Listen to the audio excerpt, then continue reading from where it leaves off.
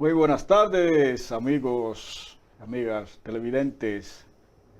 Ya sale al aire su programa Enfoque Jurídico Político, que se transmite por Visión Global TV, canal 92 en Viva y 12.5 en Play Max.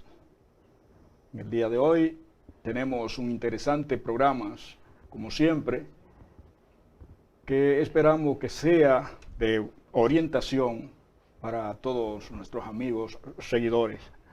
Hola Cristian, ¿cómo te siente? Muy buenas tardes, querido Francisco, queridos internautas también de aquí de Visión Global TV, su programa Enfoque Jurídico Político. Cristian Ramos, feliz domingo a toda nuestra audiencia.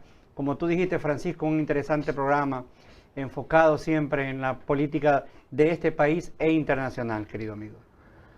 Pues en el día de hoy vamos a tener un programa para mí sumamente interesante, porque vamos a contar nada más y nada menos que con el profesor Ezequiel Jiménez, y podemos hacer algunos señalamientos de la preparación de nuestro invitado en el día de hoy. Ezequiel Jiménez es graduado de maestría en Bellas Artes, licenciatura en Ciencias Políticas de la Universidad de New York, es el Lehman College. Y tiene distinciones como esta, Cristian. Proclama del Consejo Municipal de la ciudad de Newark, en New Jersey. Reconocido en la premiación anual Premio a los Ilustres, honrando a latinos distinguidos del Instituto para los Latinos. Eso fue en el 2017. Proclamado como hijo distinguido y meritorio de Santiago de los Caballeros en el 2013 y proclama del Senado del Estado de New York en el 2010. O sea que el amigo Jiménez tiene un amplio serie de méritos acumulados, de modo que este programa se viste hoy de gala, se siente sumamente complacido y alegre de tenerlo con nosotros. ¿Cómo está, profesor? Muchas gracias, muy bien, gracias por los elogios y gracias por la invitación y permitirme estar aquí con ustedes, y espero que podamos conversar sobre algunos tópicos en los cuales espero tener algunas respuestas. Y quizás en algunos, quizás no tengo una respuesta, porque no soy sábelo todo. Sí, no podemos ignorar de ningún modo la situación que se está dando aquí en la ciudad de New York. Ya siguen enfrentadas las autoridades de nuestro estado con el gobernador y el alcalde. Ahora se trata con relación a la pandemia y si se inicia o no el año escolar de manera regular o cuál es la forma en que se va a hacer. Ya están ellos en un pulso, uno diciendo que es quien tiene la autoridad de decidir qué se haga y el otro por la contraria. Bueno, vamos a ver cuál es la opinión del amigo Jiménez. Bueno, pues muy bien. La disputa entre el alcalde y el gobernador Cuomo es una disputa muy vieja que sale a florecer cada vez que se presentan situaciones delicadas, y en este caso pues la situación que está viviendo la ciudad de Nueva York, COVID-19 como se le dice, ha traído algunos encontronazos entre ellos, específicamente en lo que son la apertura de las escuelas públicas, ¿no? En una ocasión el alcalde especificó una fecha específica que iba a abrir y el gobernador le dijo, no, espérese un momentito, esa autoridad no le corresponde a usted. Entonces a veces uno no tiene bien claro si esa diferencia son realmente la base de las cosas viejas que ellos tienen pendientes.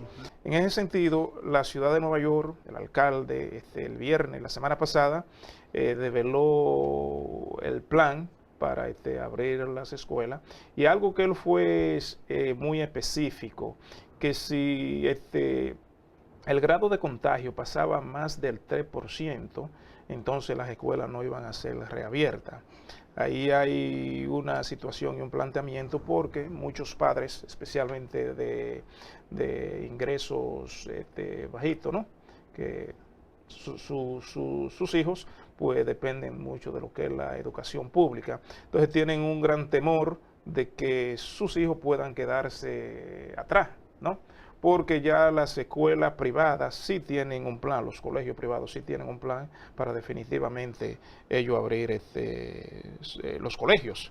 Y entonces en este caso lo ideal sería, para el bien de la ciudadanía y de los residentes en la ciudad de Nueva York, es que el alcalde y el gobernador busquen un punto de encuentro donde ellos puedan buscar una solución para resolver el problema, para que nuestros niños no salgan perjudicados, porque en esta situación, en este vaivén que tienen el alcalde y el gobernador, al final, cuando se trata de las escuelas públicas, quienes pueden salir más afectados son los niños, especialmente aquellos que están en primer grado, en segundo grado, que evidentemente necesitan de un adulto en un salón de estudio, quien pueda orientarlo y pueda dirigirlo. Porque si la educación, por ejemplo, se lleva virtualmente, lo cual se podría realizar, pero sería algo con mucha deficiencia.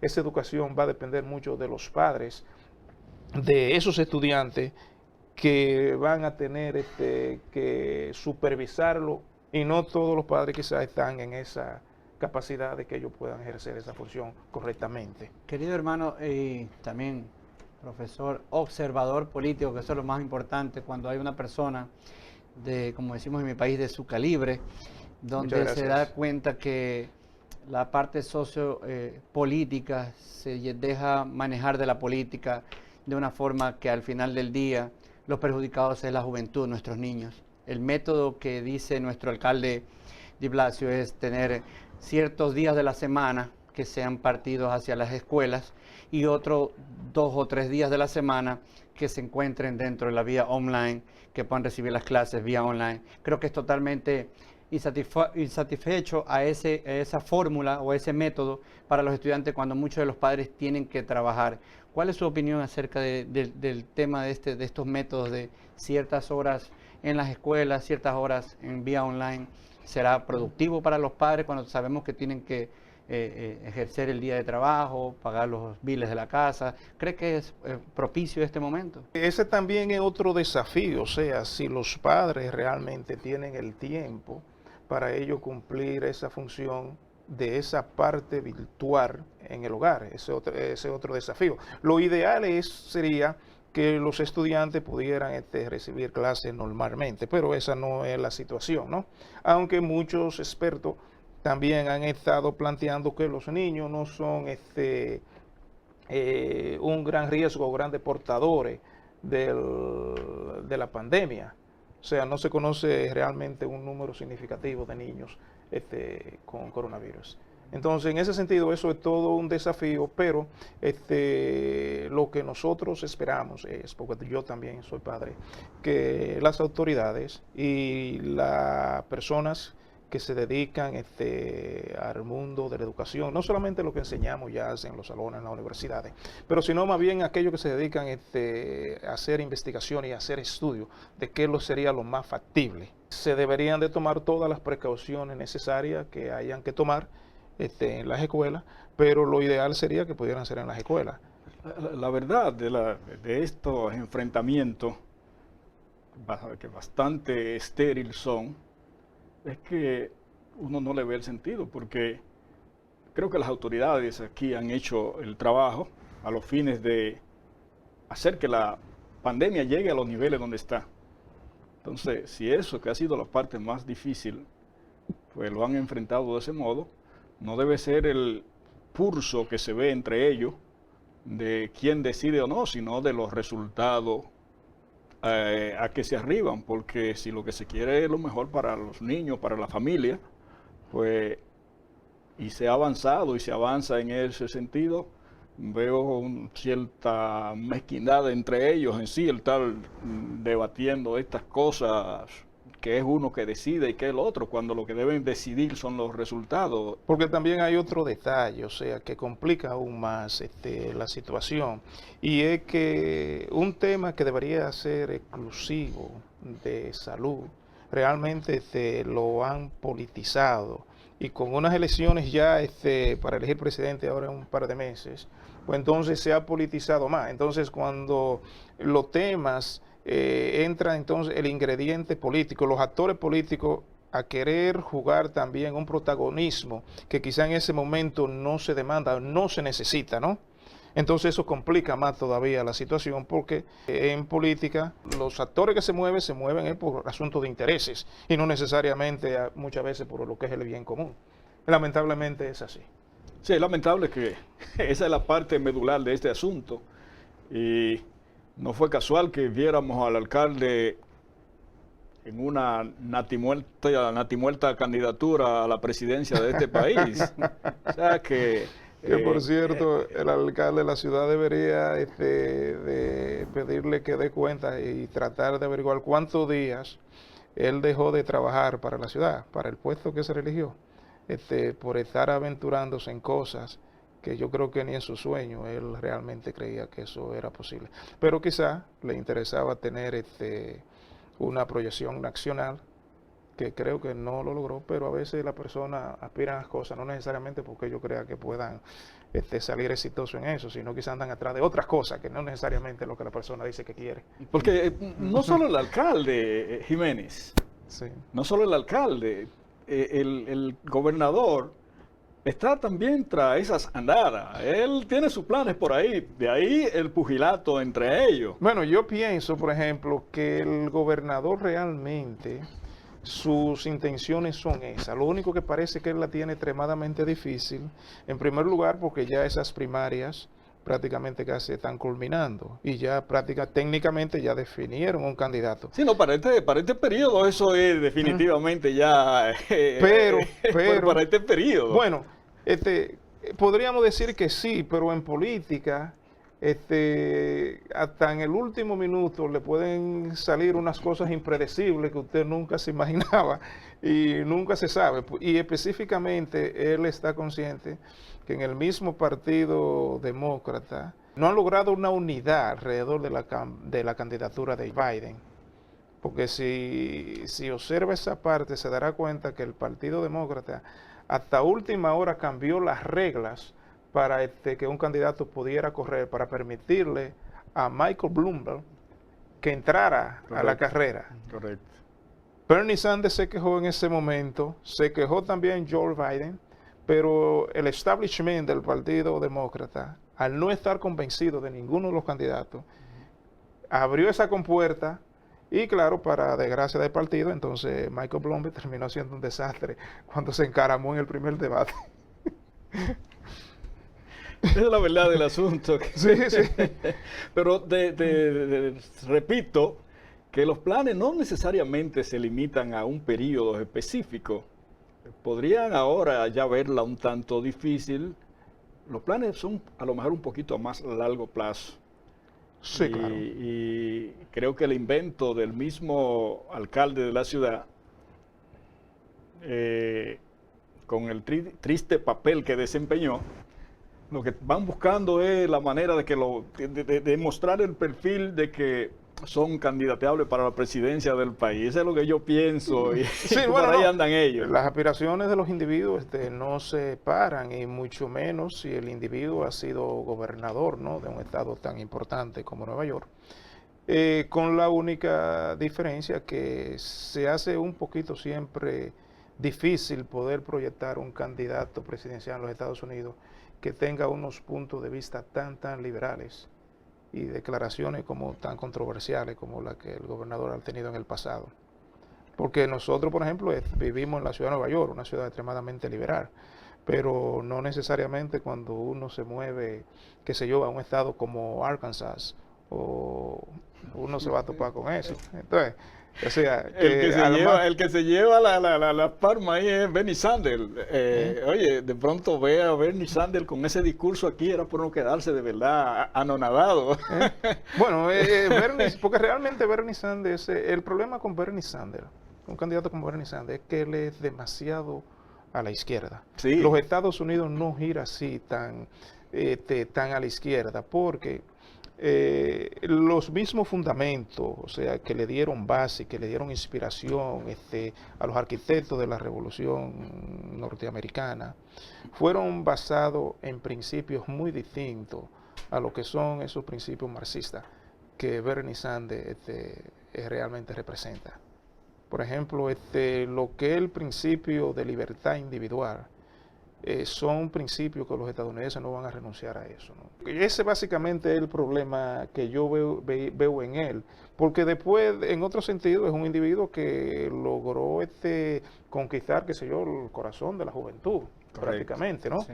Y él tiene una cuota política que realmente Joe Biden ha tenido que ceder en algunas cosas para complacer a ese sector del Partido Demócrata representado en Bernie Sanders. El sector de Bernie Sanders todavía sigue metiendo mucha presión al equipo de Joe Biden. Hace 2 o 3 días, la semana pasada, un grupo de Bernie Sanders estaba amenazando con boicotear cuando se reúna la Asamblea Nacional para confirmar el candidato. Sí. Sí, y entonces ellos saben que Bernie Sanders tiene una situación, que hay un sector del partido que no está convencido que eres la persona. Y eso a veces tú lo puedes notar, porque recientemente aquí en el estado de Nueva York fueron las elecciones, el 23 de ¿verdad? Pasado. Sí, y solamente aquí en Nueva York yo me sorprendí cuando Bernie Sanders sacó de que como 125,000 votos. Y Joe Biden 400 pico de miles, cuando ya todo el mundo sabe que el candidato es Joe Biden. Él está descartado. O sea que uno no entiende cómo entonces los constituyentes del Partido Demócrata siguen votando al candidato que ellos saben que ya ellos no son. Bueno, Bernie Sanders amenazó al retirarse de que él iba a seguir porque él buscaba un posesionamiento en el partido. Y él ha seguido trabajando en ese sentido. Bueno, o sea, su presencia, él ha querido dejarla plasmada ahí, de que ellos existen y de que ellos son un poder dentro del partido. No, ellos tienen una cuota, y evidentemente ellos no pueden ser ignorados, independientemente de que estén demasiado a la izquierda, porque los partidos políticos aquí, tanto republicanos como demócratas, uno tiene la tendencia a creer muchas veces que todos ellos piensan iguales, y no, ellos tienen lo que son liberales radicales, liberales moderados, liberales medio conservadores, y así mismo lo tiene también el otro partido. O sea, que ellos tienen su complicación a la hora de unificarse. Y entonces, a la misma vez, el partido, de una forma u otra, o el candidato y su equipo, tienen que tratar de buscar una unidad. Y esa unidad en política siempre se logra. Tú, toma para acá. Sí. Sí, por un determinado posicionamiento dentro de lo que son los electores propiamente dichos. Correcto. Por ejemplo, la congresista Ocasio-Cortez, ya ella juega un papel en el equipo de Bernie Sanders en términos que está relacionado con el asunto del cambio climático y cosas de medio ambiente. Ya eso es una concesión a Bernie Sanders, porque ella es una pieza de él. Prácticamente este pequeño árbol que maneja Sanders empieza a tener esas ramificaciones y, como usted dice, prácticamente ella es una clave importante quizás para el futuro de aquellos jóvenes, para el futuro de aquellas personas que necesitan ver de Norteamérica algo diferente, una proyección diferente. Queridos amigos, siempre dejarles saber a ustedes, televidentes, y nuestros aquí también compañeros, que este es su programa Enfoque Jurídico y Político. Vamos, señor director, a las pausas, porque vamos a seguir tratando este tema, el tema de la candidatura. Vamos a tocar el tema después de esta pausa.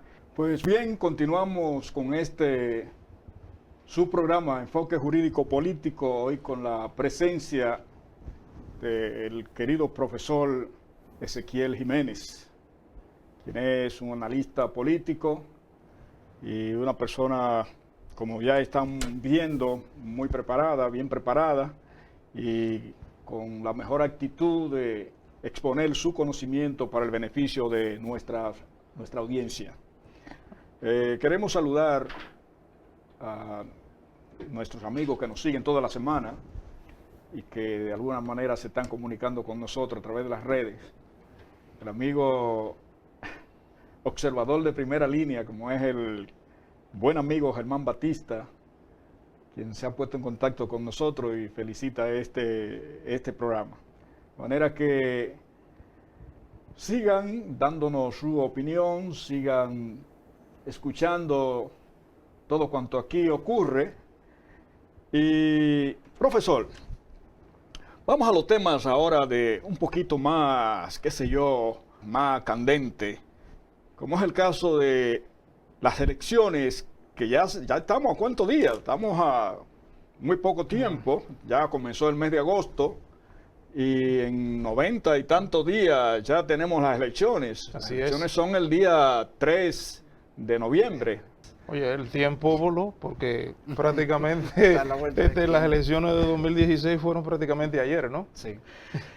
Y el Partido Demócrata, con su candidato, el Partido Republicano con el suyo, buscando un segundo mandato, se plantea un enfrentamiento aquí entre Joe Biden y el señor Donald Trump, que va por su segundo mandato. ¿Qué le parece? ¿Cuál es su opinión al respecto?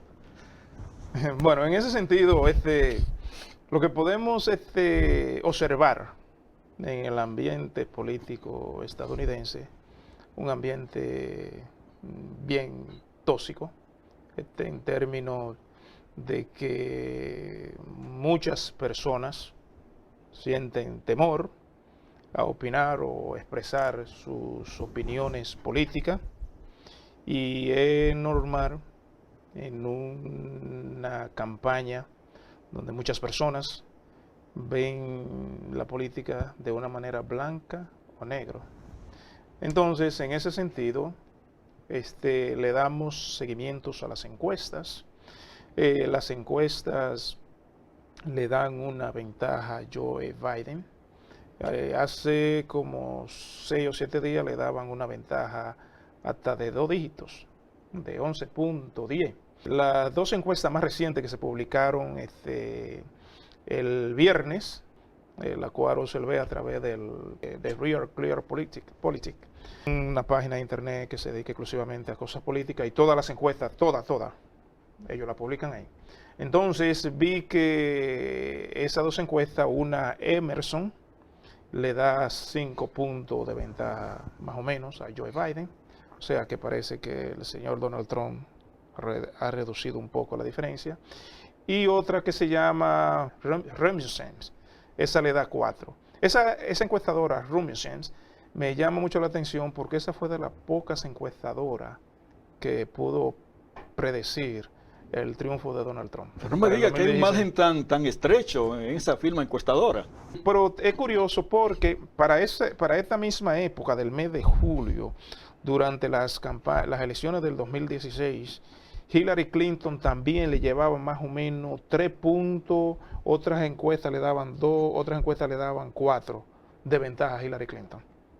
O sea que más o menos hay un parentesco en lo que es el panorama político. Lo que me extraña es que ante lo que así nosotros simples espectadores vemos desde fuera de la distancia y no tan al día con estas firmas encuestadoras, es que ante la forma en que el presidente ha manejado la pandemia, yo pensaba que los márgenes eran más distantes porque mucha gente no está conforme por la forma en que él se ha manejado, incluso en contradicciones con sus mismos asesores y estas cosas. Mi parecer era que había más distancia entre uno y otro. Sucede algo realmente. La pandemia es un tópico de campaña política, pero a la misma vez hay una parte de esa situación que los grandes medios ni ningún analista casi le está tocando, que es cómo se produjo eso, quién trajo eso, cómo eso llegó. Entonces, esa es una dinámica que para muchos ciudadanos también es importante, más que independientemente de cómo se ha manejado. Cómo se ha manejado es un punto, pero a la misma vez es impredecible de cómo tú enfrentarte a algo que te llegó de un pronto, porque las autoridades a veces no siempre están preparadas. Ahora, ¿qué es lo que muchas personas y votantes en los Estados Unidos también están visualizando? Muchas cosas que ciudadanos estadounidenses no sabían, desconocían, de que prácticamente los Estados Unidos, casi en un 90% de lo que es las medicinas, de antibióticos y cosas, están en manos de China. Entonces, ese también es un tema que el ciudadano también se va a cuestionar. ¿Y cómo nuestra seguridad de salud va a estar en manos de otro país? Y no un país cualquiera, sino estamos hablando de una nación que te quiere arrebatar el liderazgo de la diplomacia mundial. Hay un pulso ahí muy cerrado. Correcto. Entre cuál es el primero, el gigante Pero que entonces es todavía mucho más complejo, porque no estamos hablando de una nación cualquiera, de una nación que nosotros diríamos normal. Estamos hablando de una nación con un sistema marxista, comunista, socialista, que es totalmente todos los puestos a lo que le ha dado origen y grandeza a los Estados Unidos. Por ejemplo, en el caso de las autoridades chinas, ellos han asumido el capitalismo ya como una herramienta comercial. Algunas personas tienen la confusión con eso, que creen que el capitalismo es una ideología política. No tanto como ideología en estos momentos. El capitalismo es una filosofía y una metodología comercial, de intercambio comercial. Entonces, las autoridades chinas, ellos han asumido esa parte, el capitalismo, pero lo que es la parte ideológica y política sigue siendo un sistema marxista que el gobierno lo controla todo. Y el gobierno es que determina quién se enriquece y quién no. Y un sistema, por ejemplo, que cuando usted está hablando con un empresario chino, tú estás haciendo negocio con un empresario chino, tú no sabes, tú estás haciendo negocio es con el gobierno chino. Porque la Constitución china obliga que todas las corporaciones tienen que darle participación al gobierno. Y si tú vas a poner, mover una corporación tuya para allí, entonces tú tienes que aceptar también, buscarte socios locales y aceptar que miembros del Partido Comunista tengan un puesto en la Junta de Directores. Y entonces, con unas ambiciones imperiales, a la medida que se han ido enriqueciendo, pues entonces se han ido armando. Sí. Construyendo buques, misiles y así y aumentando el ejército, y entonces ellos han ido ganándole terreno a los Estados Unidos, dentro de los mismos Estados Unidos. ¿Cómo? Espiando, usando el espionaje de una manera indiscriminada. Los jefes del FBI, jefes de divisiones de contrainteligencia, dedicados al Asia, hace ya años que ellos vienen denunciando ante vistas públicas del Congreso y del Senado, de la campaña masiva de espionaje, y que China aprovecha todos los canales, ya sean de intercambios académicos, ya sea de intercambio comercial, para usarlo como espionaje. Muchas veces estudiantes que vienen a estudiar ni que ellos mismos saben que están espiando para el gobierno chino. El director del FBI hace 2 semanas, en una comparación pública en un instituto que hizo, él dice que el FBI cada 10 horas se ve obligado a abrir una investigación en contrainteligencia, en contra del Partido Comunista Chino. O sea, cada 10 horas, ya sea en términos de espionaje cibernético, en términos de robo de propiedad intelectual. Pero ¿tú crees que ese pulso que se sostiene con China sea un tema trascendente con fines a las elecciones internas aquí en los Estados Unidos? Definitivamente que sí, porque si estamos hablando, por ejemplo, que los estadounidenses descubrieron que prácticamente la salud de ellos está en manos del Partido Comunista Chino, evidentemente las aspiraciones normales de un pueblo deberían decir, no, nosotros tenemos que por lo menos producir un porcentaje de la medicina que nosotros necesitamos, porque es un asunto de carácter nacional. ¿Ves? Entonces, ¿qué sucede? Por ejemplo, cuando apareció la pandemia, ¿sabe lo que declaró, por ejemplo, el CEO, el presidente de 3M, que fabrican la mascarilla esa, sí, 995, que su mayor producción está en China, por ejemplo? Que las autoridades chinas, cuando el gobierno estadounidense le llamó para que se concentrara a suministrar, producir todo lo que produjera para mandarlo para acá, que se estaba necesitando de urgencia, las autoridades chinas le pusieron un paro. Oye, una corporación norteamericana que está demandando su propio pueblo de urgencia, que necesitan mascarilla y cosas, un freno. Y eso lo dijo él porque el presidente de aquí realmente le tenía una presión fuerte y él tuvo que explicar qué fue lo que pasó. Todas esas cosas, evidentemente, este es un tema de campaña. Y no es solamente ahora, eso fue un tema de campaña durante la campaña del 2016. Lo que sucede es que de alguna forma u otra a esa campaña de Donald Trump no se le dio mucha cobertura en algunos medios, pero la mayor parte de su campaña estaba centrada en China e Irán. Y él se la pasó denunciando el desbalance comercial entre los Estados Unidos y China y el negocio desproporcionado e injusto que China estaba practicando con los Estados Unidos. Pero en esa campaña lo que él estaba diciendo, yo no culpo a China. Él en esa campaña le estaba echando básicamente la culpa a los presidentes y los líderes estadounidenses que habían firmado todo su tratado comercial con China.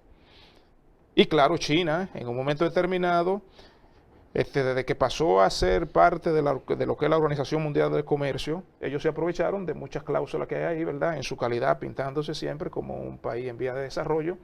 Y los Estados Unidos tienen una política de intercambio comercial para ayudar a ciertos países que en vía de desarrollo. Y China, siempre, cuando le convenía, se agarraba de que ellos eran un país todavía en vía de desarrollo. Cuando no le convenía, decían, no, nosotros somos una potencia. Por ejemplo, cuando ellos querían ser miembros del Consejo de Seguridad de las Naciones Unidas, ellos ahí no dijeron que ellos eran de qué país, de qué en vía de desarrollo. Ahora ya ellos no pueden ocultar eso más. Ya todo el mundo sabe que ellos son un país desarrollado, que ya ellos pueden manejarse por sí solos. Pero el problema de los aranceles entre China y los Estados Unidos, todo eso él lo denunció. Esas fueron una de las cosas que a él le dieron esa victoria.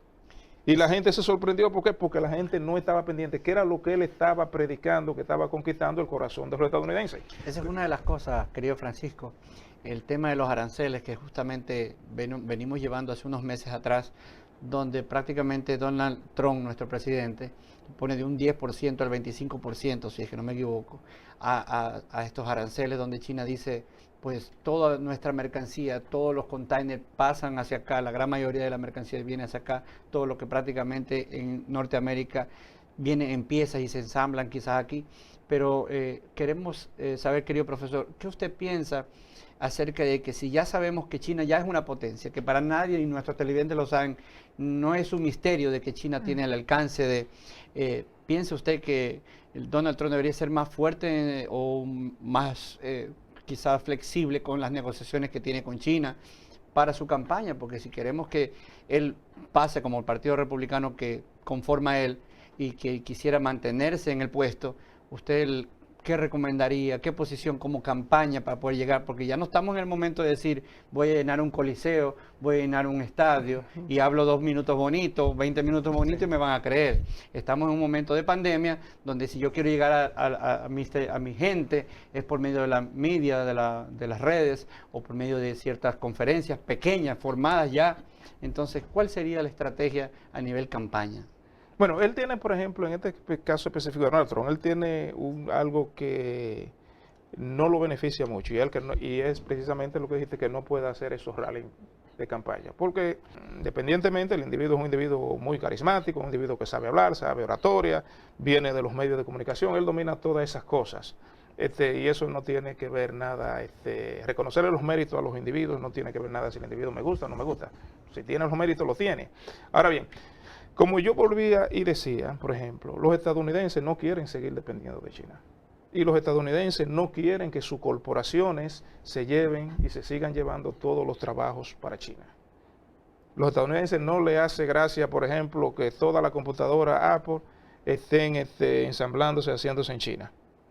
Porque cada vez que una corporación norteamericana se muda para China, ¿cuántas personas cree usted que quedan desempleados? ¿Cuántas familias quedan desamparadas? Y al final, esos productos es para vendérselo a los mismos norteamericanos. Entonces, evidentemente, él va a tomar ese tema. La semana pasada, hubo un anuncio muy importante, yo creo, desde el punto de vista de cómo comenzar a no depender tanto de lo que se haga en China o no se haga en China. Y no sé si ustedes escucharon el anuncio donde Kodak, la compañía de cámara, ¿verdad? Pasa ahora que se va a convertir en una farmacéutica. Oh, sí, sí. Wow. Entonces, valiéndose de una ley que le proveen en tiempos de guerra, en tiempos de vicisitudes, el gobierno le hace un préstamo de 765 millones de dólares a Coda, para que Coda entonces se convierta en una industria farmacéutica que produzca los antibióticos y los químicos, la medicina aquí en los Estados Unidos. Y en ese caso, por ejemplo, ese es un gran paso en términos de no depender tanto de lo que se haga afuera.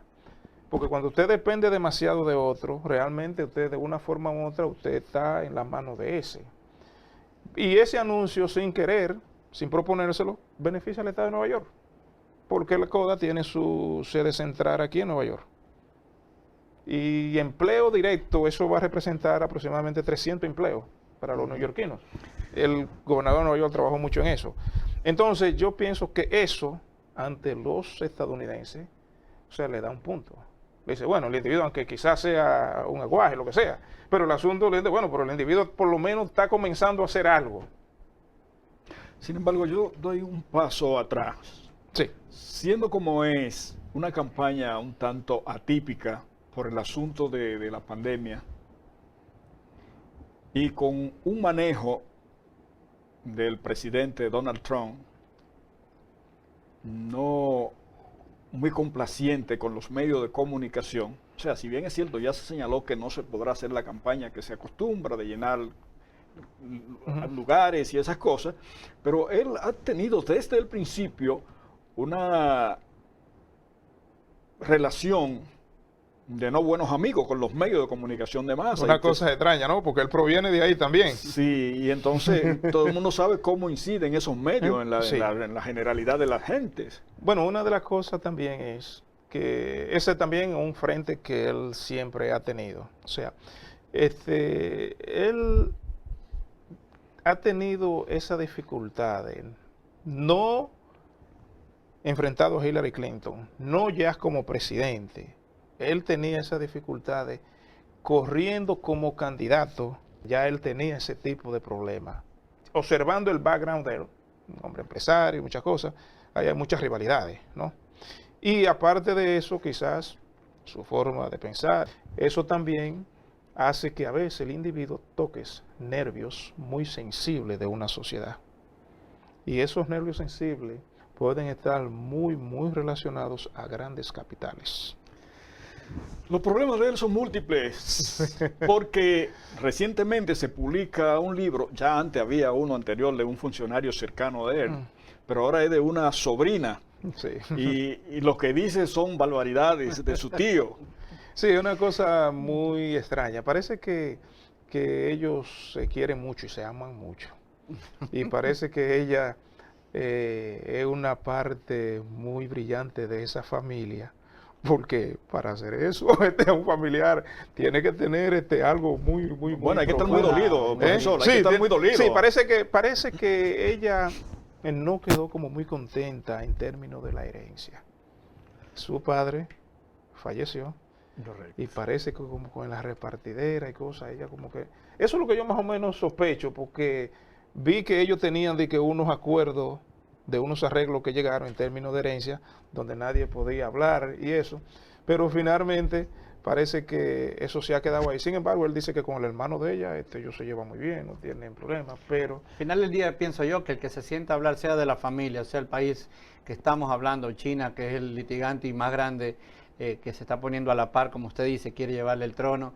Y estás hablando del presidente de los Estados Unidos, un negociante. Sentarte a negociar con él, sea de la familia o no de la familia, tiene que estar preparado. El tema de los rencores debería decir, y hago un llamado siempre a todas las familias que tienen dentro de él un negociante, un comerciante o uno grande en los negocios, que tengan el cuidado de decir, voy a sentarme con mi tío a decir esto me conviene, esto no. Parece que ellos son enemigos. Lo mismo le pasa, mira, lo mismo le pasa a Barack Obama. Barack Obama tiene un hermano, la prensa, los grandes medios de comunicación, porque aman mucho a Obama, pero lo que es hermano, medio hermano, dice Obama.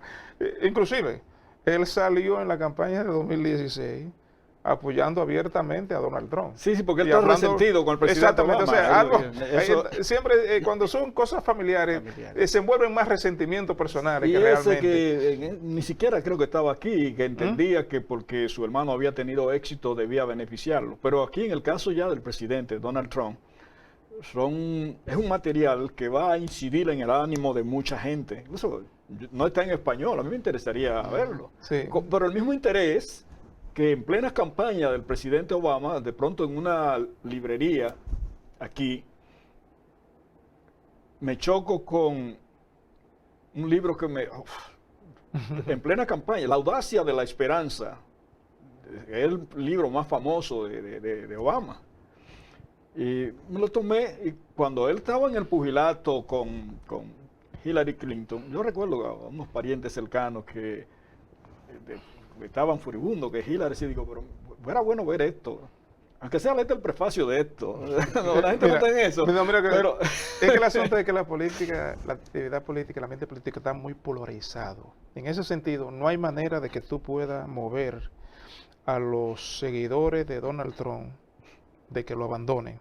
Y no hay manera de que tú puedas convencer a una gente que no quiera saber de Donald Trump a que sepa algo de él. Entonces, en ese sentido, por ejemplo, la base de él, la base que lo llevaron al poder, siguen ahí intactas. Solamente en ese partido republicano, el 96% del partido lo respalda a él. Contrario a lo que sucede con Joe Biden. Entonces, cuando tú tienes un partido unido, eso es una ventaja muy importante, una posición muy importante, porque el partido que va a hacer ese trabajo, y si el partido no está unificado y motivado, eso trompista, eso no hay manera de que tú lo convenzas de que él no es el hombre, y lo que lo odian a él, eso no hay manera de bueno, que tú le digas otra cosa. arribando como estamos al final del programa, con todo lo interesante que es esto de la próxima campaña aquí en los Estados Unidos y del presidente Trump y lo que pueda pasar, brevemente tenemos que, porque ya el tiempo está sobre nosotros, darle una ojeadita a lo que está ocurriendo en nuestro entorno.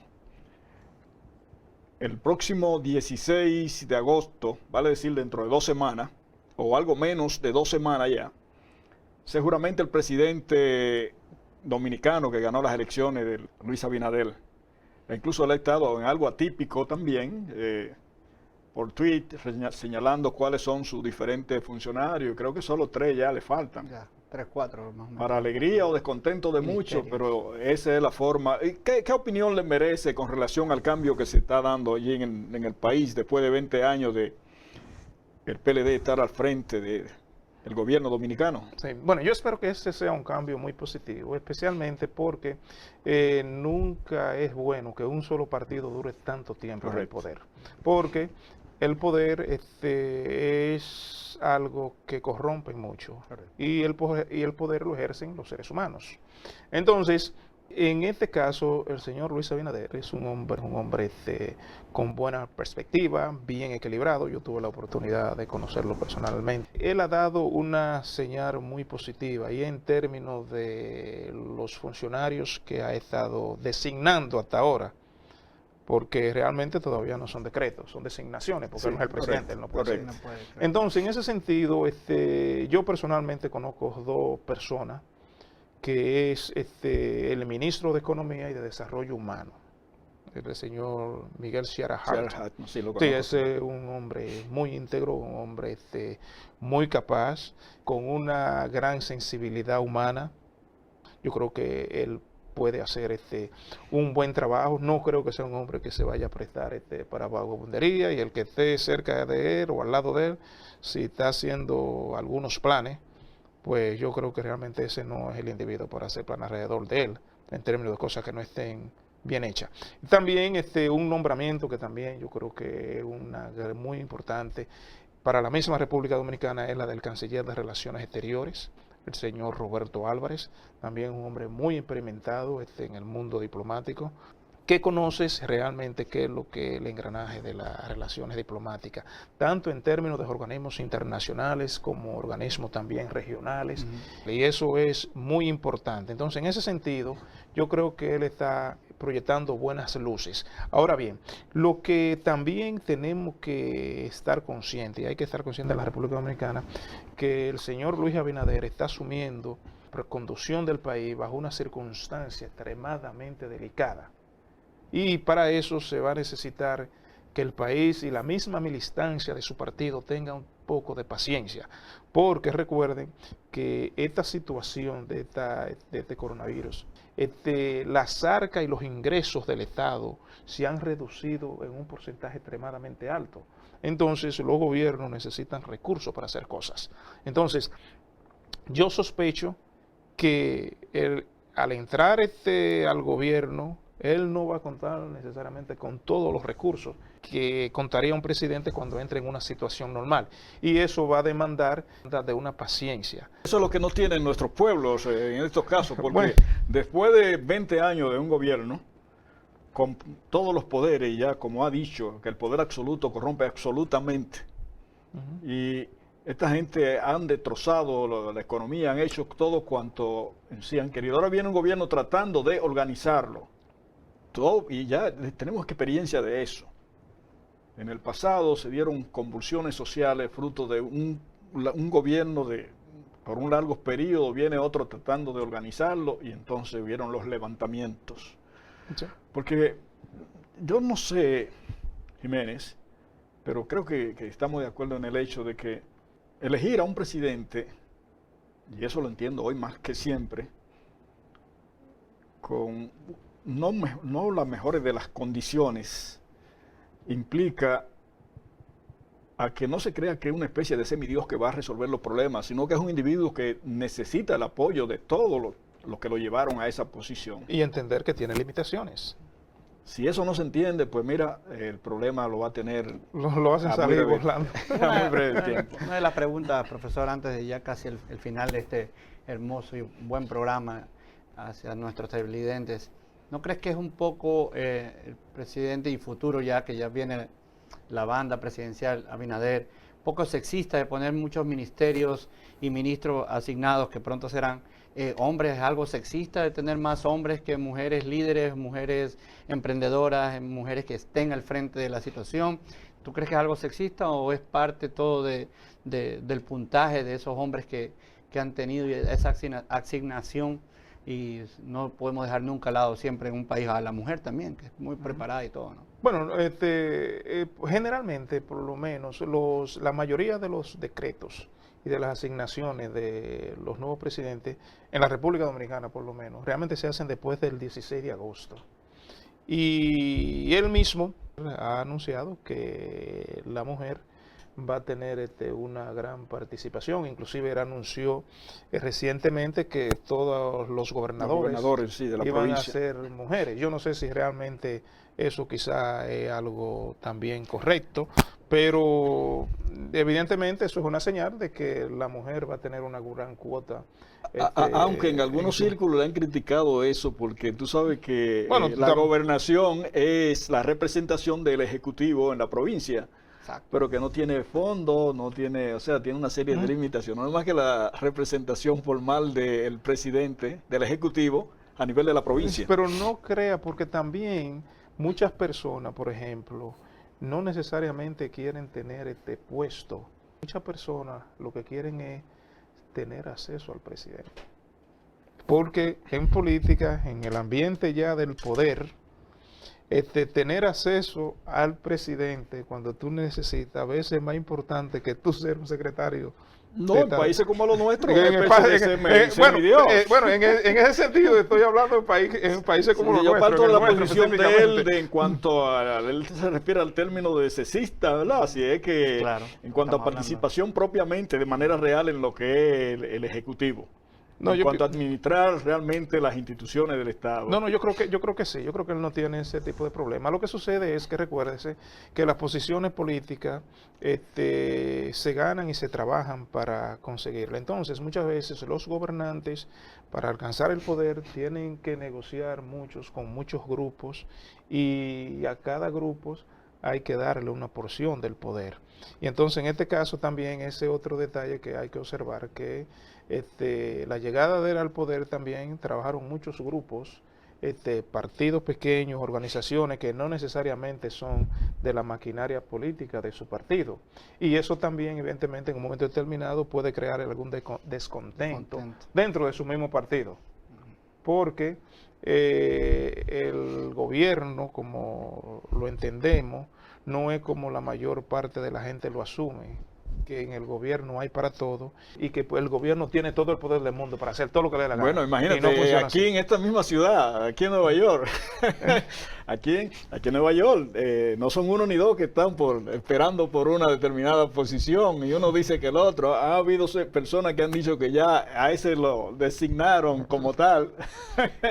Y entiendo eso, que lo poco lo quieren mucho.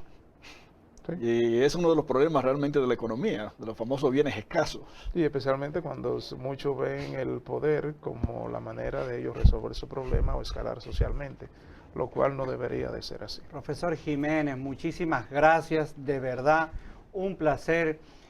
Pienso yo que este no puede ser nuestro adiós por el momento. Quisiéramos tenerlo en otra ocasión, definitivamente, tocar estos temas que son de ámbito político y definitivamente a nuestra ciudadanía, a toda nuestra gente. Querido Francisco, también muchísimas gracias también porque estamos conduciendo este programa a todos ustedes desde el otro lado de la cámara. Pues ya ustedes saben, queridos amigos, no nos dejen de sintonizar todo domingo de 5 a 7 de la tarde, todos los domingos aquí en Visión Global TV, Enfoque Jurídico Político, con su conducción, Francisco de León, Cristian Ramos a su servidor también. Muchísimas gracias, nos vemos hasta el próximo domingo. Solo quería decirle, no pasar por alto, que Angeli hace un comentario, José Alfonso García también se refiere a Ezequiel